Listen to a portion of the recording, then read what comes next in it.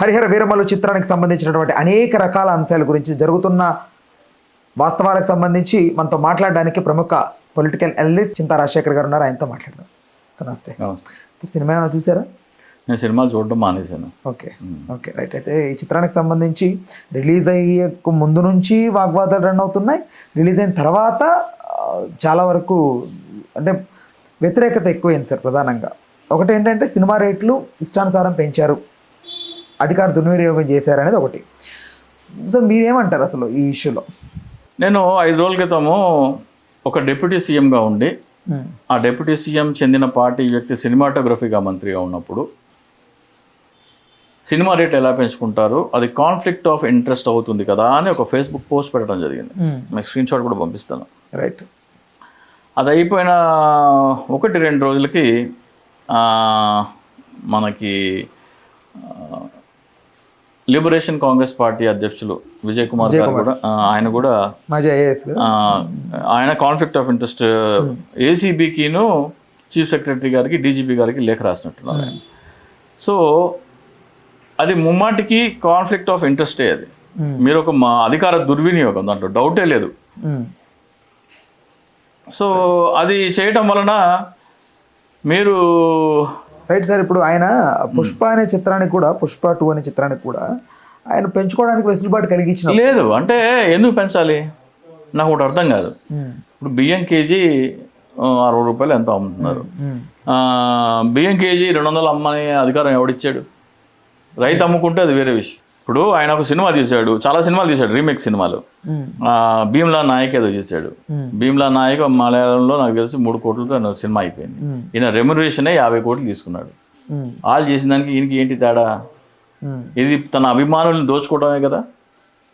ఈ అభిమానం అనేది చిరంజీవి వచ్చిన తర్వాత కాపు యువతలో ఈ మీడియా ద్వారా, ఫ్యాన్ క్లబ్బుల ద్వారా ఈ వ్యక్తి పూజ మానసిక రోగాన్ని ఇంజెక్ట్ చేసి యువత జీవితాలను నాశనం చేశారు.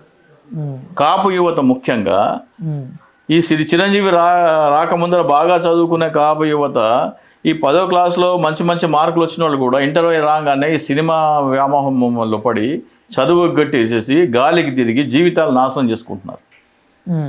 దానికి కారణము ఈ కాపులకి సినిమా వ్యామోహం తోడై వ్యక్తి పూజ మానసిక రోగం, సెలబ్రిటీ వర్షిప్ సిండ్రోమ్ అంటారు దాన్ని. అది బీభత్సంగా ఎక్కిపోయి వాళ్ళకి ఆ సినిమా మాయలో పడిపోయి ఏమంటే ఈయన సినిమా బర్త్డేకి ఫ్లెక్సీలు కడుతూ కరెంటు షాక్ కొట్టి చచ్చిపోవడము, ఈయన సభలకు అటెండ్ అయ్యి చచ్చిపోవడము, ప్రమాదాలు చచ్చిపోవడము ఇది జరుగుతున్నాయి. ఈ వ్యక్తి పూజ మానసిక రోగం దీనికి కారణం. అసలు సినిమాని మనం ఎందుకు బ్లాక్లో చూడాలి? ఎందుకు చూడాలి? అది కూడా నువ్వు ముఖ్యమంత్రిగా ఉన్నప్పుడు నీ సినిమాను నువ్వు ఎట్లా హైక్ చేసుకుంటావు? Purely conflict of interest. దాని మీద తీవ్రమైన క్రిమినల్ చర్యలు అయితే ప్రభుత్వం చేపట్టాలి.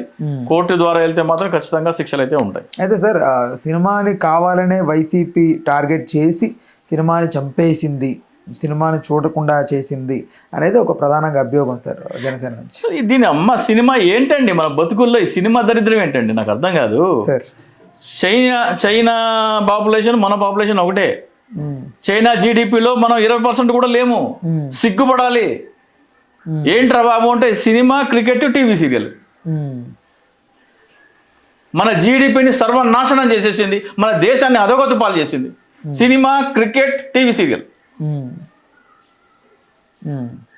ఇంతకుముందు 12 గంటలు కష్టపడే వాళ్ళు ఈసారి 5-6 గంటలు దీనికే పోతుంది.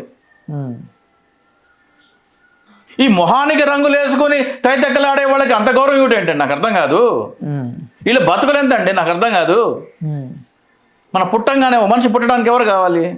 ఒక డాక్టర్, ఒక నర్సు కావాలి. ఆ డాక్టరు, నర్సు పుట్టినరోజు ఎవడం చేస్తాడా? స్కూల్లో చేస్తే టీచర్ కావాలి. ఆ టీచర్ పుట్టినరోజులు ఎవడం చేస్తున్నాడా? కాలేజీ లెక్చరర్ పుట్టినరోజులు చేస్తున్నాడా? మీ ఇల్లు కట్టిన ఇంజనీర్ చేస్తున్నారా? రైతు కష్టపడి చెమట ఓడ్చి పొలంలో చెమట రక్తం చెందించి ఆహార ధాన్యాలు పండిస్తున్నారు. ఆహారం లేకపోతే నువ్వు బతకవు, అసలు నీ బతుకే లేదు. రైతుకి వెళ్ళి ఆయన గౌరవం ఇస్తావా? తన ప్రాణాలు పణంగా పెట్టి సైనికులు బార్డర్ మీద కాపలా కాస్తున్నారు, వాళ్ళకి గౌరవం ఇస్తావా? వాళ్ళు ఎవరికి ఇవ్వని గౌరవం ఈ మొహానికి రంగులు వేసుకుని తైతక్కలాడే నా కొడుకులకి ఎందుకండి? నీ జీవితానికి ఎవడు ఉపయోగపడుతున్నాడో వాడికి గౌరవం ఇవ్వవు కానీ తెర మీద లేని ఉన్నట్టు, జరగంది జరిగినట్టు, చేయంది చేసినట్టు నటించేవాడికి అంత గౌరవం ఎందుకు నాకు అర్థం కాదు. అలా గౌరవం ఇవ్వాల్సిన అవసరం లేదు. మన ఇంట్లో ఏదైనా ఫంక్షన్ అయిపోయింది అనుకోండి, వచ్చిన అతిథులందరికీ భోజనం పెట్టిన తర్వాత ఏమన్నా మిగిలితే వాళ్ళకి ఇస్తాం. బయట వచ్చే దారి పోయే వాళ్ళకి గౌరవం కూడా మనకు ఉపయోగపడే డాక్టరు, ఇంజనీరు, రైతు, సైనికుడు, టీచరు వీళ్ళందరికీ ఇచ్చిన తర్వాత ఏమన్నా గౌరవం మిగిలితే సినిమా వాళ్ళ మొహాన పడేయాలి. వీళ్ళకెందుకండి ఎంత గౌరవం నాకు అర్థం కాదు. అంటే కలమ్మ తల్లికి సంబంధించి ఎంతో మంది ప్రజలు ఎంటర్టైన్ చేస్తున్నారు కాబట్టి వాళ్ళని కొంచెం. కలమ్మ తల్లి అంటే డాక్టర్ ఎవరి తల్లి? ధన్వంతరి తల్లి. టీచరు, లెక్చరరు సరస్వతి తల్లి. ఏ వృత్తికి ఆ తల్లి ఉంటది. వీళ్ళొచ్చి పొడిచింది ఏంటంటున్నాను నాకు అర్థం కాదు. సమాజానికి మన దేశ జీడిపి సంకనాకించడం తప్ప వీళ్ళు చేసింది ఏంటి? ఈ సమాజాన్ని మన జీడిపిని సంకనాకించడం వీళ్ళు చేసేది. తెలుగులో ఒక సామెత ఉంటుంది, కూసే గాడిద వచ్చి మేసే గాడిద కాదు, మోసే గాడిద. గాడిద ఏం చేస్తుంది? బరువులు మోస్తుంది. కూసే గాడిద వచ్చి అంటే ఒండ్రబెట్టే గాడిద వచ్చి బరువులు మోసే గాడిదని చెడగొట్టిందంట. అట్లాగే ఈ సినిమా టీవీ సీరియల్ వచ్చి పని చేసుకునే వాళ్ళ ప్రొడక్టివిటీ టైంని చంపేసి మన జీడిపిని సర్వనాశనం చేసి మన దేశాన్ని అధోగతి పాలు చేస్తున్నాయి. వాళ్ళకంత గౌరవం ఏంటి నాకు అర్థం కాదు. సోషల్ క్రిమినల్స్ వాళ్ళు, సామాజిక నేరస్తులు వాళ్ళు. ఒక వ్యభిచారం ఎలా చేస్తుందో, ఒక గంజాయి వ్యాపారి గంజాయి ఎలా అమ్ముతాడో, ఒక పేకాట క్లబ్ వాడు పేకాట ఎలా ఆడిస్తాడో, ఇవన్నీ వ్యసనాలను ఎందుకన్నారు? ఇవన్నీ వ్యభిచారం కానీ, గంజాయి కానీ, పేకాట కానీ ఎందుకు వ్యసనాలు అయినాయి? వ్యసనం అంటే ఏంటి? మీ పని మానేసి పని మీద దృష్టి పెట్టకుండా మీ ఉత్పాదకని, మీ ప్రొడక్టివిటీని చంపేసేదానే వ్యసనం అంటారు. సినిమా కూడా ఈ కోవకు చెందిందే. సినిమా అనేది క్రౌడ్ పుల్లింగ్ సిస్టంలో ఉండి ఎంతో వరకు జిఎస్టీ గవర్నమెంట్కి జీడిపి కొంచెం పెంచడానికి ఉపయోగపడింది అనేది ఒకటి ఉంది కదా సార్. దౌర్భాగ్యులు, దొంగన కొడుకులు ఆడే మాటలు ఇవి. సినిమా ఇండస్ట్రీలో ఎంతమంది ఉంటారు? మహా అయితే 1,00,000 మంది ఉంటారు. తెలుగు సినిమా ఇండస్ట్రీలో 1,00,000 మంది ఉంటారు. 10 కోట్ల జనాభా టైం చంపేస్తున్నావు నువ్వు. 10 కోట్ల మంది మ్యాన్ అవర్స్ చంపేస్తున్నావు నువ్వు. 10 కోట్ల మంది ఉత్పాదకం చంపేస్తున్నావు నువ్వు నీ పొట్టకూటి కోసం. ఒక వ్యభిచారి చేసేదానికి ఒక సినిమా చేసేవాడికి నాకు పెద్ద తేడా లేదు నా దృష్టిలో. Both are same. They are killing productivity. దానికి అంత ఇంపార్టెన్స్ ఏంటి? ఆడి షోకి ఎన్ని కలెక్షన్లు వచ్చినాయి, ఈడి షోకి ఎన్ని కలెక్షన్లు వచ్చినాయి, ఆడికి ఎన్ని వ్యూస్ పోయినాయి, ఈడికి ఎన్ని, మనకి ఎందుకు? మీ ఫోన్ ఉంది, మీ ఫోన్ ఎన్ని పీసులు అమ్మాయి మీరు ఎప్పుడైనా చూస్తారా? మీ ఫోన్ కంపెనీకి ఎంత లాభాలు వచ్చినాయి మీరు ఎప్పుడైనా చూస్తారా? మీరు వాడే బైకు, మీరు వాడే కెమెరా, వాడి వ్యాపారం వాడిదని మీకున్నప్పుడు సినిమా వాడి వ్యాపారం సినిమాది. ఆడ ఎట్ట వస్తే మనకి ఎందుకండి? ఆడి కలెక్షన్లు వస్తే రాబోయే ఆడుకు తింటే మనకెందుకు? దాని మీద అంత ధ్యాస ఎందుకు మనకి? ఆడు కావాలి, ఆడి పెళ్ళం కావాలి, ఆడి ఉంపుడి గుత్తలు కావాలి, ఆడి ఉంపుడి గుత్తకి ఎక్కడెక్కడ పుట్టు మచ్చలు ఉన్నాయో అవి కూడా కావాలి మనకి. రైతు ఎలా పంటలు పండిస్తున్నాడు, ఎంత కష్టపడుతున్నాడు, సైనికుడు ప్రాణాలు త్యాగాలు చేసి ఎలా నిలబడుతున్నాడు, టీచర్ ఎంత కష్టపడి చదువు చెప్తుంది, వీళ్ళకి గౌరవం ఇవ్వడం చేత కాదు మనకి. సొంత తల్లిదండ్రులకే లేదులేండి. మళ్ళీ సరే, సొంత అదే సొంత తల్లిదండ్రులకే లేదు. రైట్, అనవసరం సినిమా టాపిక్ మాట్లాడటమే అనవసరం. రైట్, అయితే ఈ సినిమాకి సంబంధించనే కాదు, ప్రధానంగా పవన్ కళ్యాణ్ గారు ఇట్లా ఎవరైతే ట్రోల్స్ చేస్తూ సినిమాని చంపేయాలనుకుంటున్నారో వాళ్ళని మీరు తిరిగి కొట్టండి, తిరిగి వాళ్ళని దాడి చేయమని చెప్తున్నాడు. అంటే నువ్వు వాళ్ళని, నువ్వు నీ దగ్గర సబ్జెక్ట్ లేకపోతే నువ్వు ఏ విధమైనా సరే వాళ్ళని సైలెంట్ చేయి అంటున్నాడు.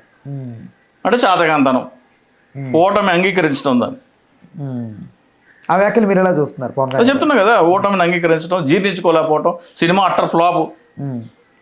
ఏఎం రత్నం దగ్గర ఎవరో మైక్ పెట్టారు, ఏడు మోహుడు ఒకటి తక్కువ, ఆయన నవ్వులోనే ఏడు కనపడుతుంది, ఆయన మొహంలో చావు కళ కనపడుతుంది.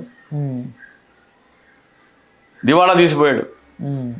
5 సంవత్సరాలు అండి, 6 సంవత్సరాలు ఆ సినిమా అడ్వాన్స్ తీసుకున్న తర్వాత ఆ డెట్టా సంకం నాకిపోయినా నాకు పర్వాలేదు, ఆడు బతుకు బస్ స్టాండ్ అయిపోయినా నాకు పర్వాలేదు. పవన్ కళ్యాణ్ వైఖరిది ప్రొడ్యూసర్ల పట్ల. వాళ్ళ బతుకులు బస్ స్టాండ్ అయిపోయినా పర్వాలేదు, నాకు ఇష్టం వచ్చినప్పుడు వచ్చి సినిమా తీస్తాను.